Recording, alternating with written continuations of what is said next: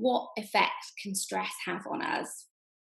So stress really is a normal response that we all feel. It's back to the start of mankind that if you are attacked by a predator, obviously your cortisol increases, and you go into fight or flight mode, and that really enables you to survive. You know that there's a threat, you respond to that. What has been happening more recently with stress is that as modern life has taken its toll on us, we've seen that there is continued levels of stress. And that can be through, a stressful job, stressful lifestyles, just the different pressures that people experience. And the issue is that prolonged levels of stress can really start to affect our health and well-being. So from things like, very simply, from affecting our energy or affecting our sleep, Mhm. it can also then over time start to affect our gut. So it can cause digestive issues. It obviously can affect mood and lead to depression, but also more seriously, it can lead to quite chronic health issues like heart issues as well. We've got to acknowledge that we are in the midst of a global kind of health crisis currently with the current COVID-19, and certainly we're in the UK, we're on lockdown. We'd normally be hosting something like this in a store or an event space. So we've got to kind of acknowledge it. And I think that it's really interesting to talk about COVID-19 in relation to stress, because we're all kind of going through this thing together. But what sort of feelings people might be having at the moment in relation to the outbreak?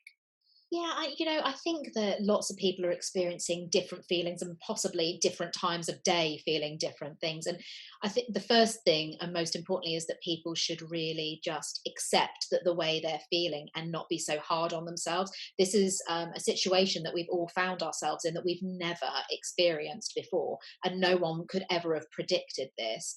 Yeah. So I've had a lot of customers phone me telling me how overwhelmed and stressed they feel. We are, after all, creatures of habit, and we like to know that there is structure around us and what that looks like. And at the moment, there is a huge amount of uncertainty, so that does lead to feelings of anxiety and stress. I think for some others, it's an element of frustration, possibly as well, that they can't be getting on with their normal day to day life. And essentially, they are being forced to stop. Um, I think there are sometimes people's rebellious nature can come out yeah, in a case like this. So you sort of feel like we're being told how to live our lives currently, which can feel quite disconcerting for a lot of people. Yeah, I think it can. I think from what's been said in the news, though, is actually when you look at people's behaviour, we are behaving on the whole as a society, and people are staying in. And people want to help one another.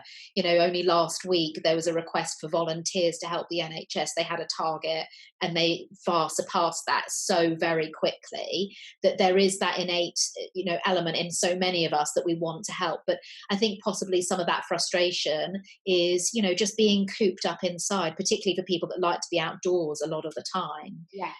Um, and, myself as a parent and talking to a number of other parents, the difficulty of juggling, work around, kids being at home, and whether that be homeschooling or just keeping them entertained, can also be really difficult, not only for the parents, but for the kids as well. But I think the main aspect really is to acknowledge how you're feeling, and then just think about ways in which you can improve that.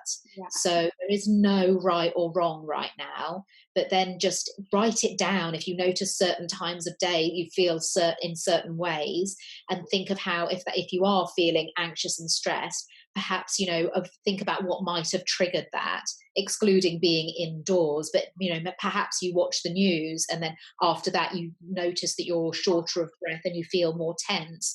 So make a choice maybe to not watch the news as often, or cut it out for a couple of days as well, and just see how that really affects your mood. Do you have any advice on how we can cope with Mm. stress, or maybe the signs that we should look out for? On the signs, I think they will vary by person, as absolutely as you've just said, they can vary in a day or over different days. So one of the most common is feeling quite uptight and tense. So whether you notice that you know, the shoulders raise up a little bit, or actually just physically check in with your body and see if you're holding tension. So, you know, being really honest, you know, for myself, I've noticed that I felt quite sort of a tightness in the chest, and then I do some exercise and it's released very quickly, through, you know, being quite active. Some people obviously can suffer from low mood or a lack of energy. And, you know, lots of people have been phoning me about problems with sleep because they're so concerned with it.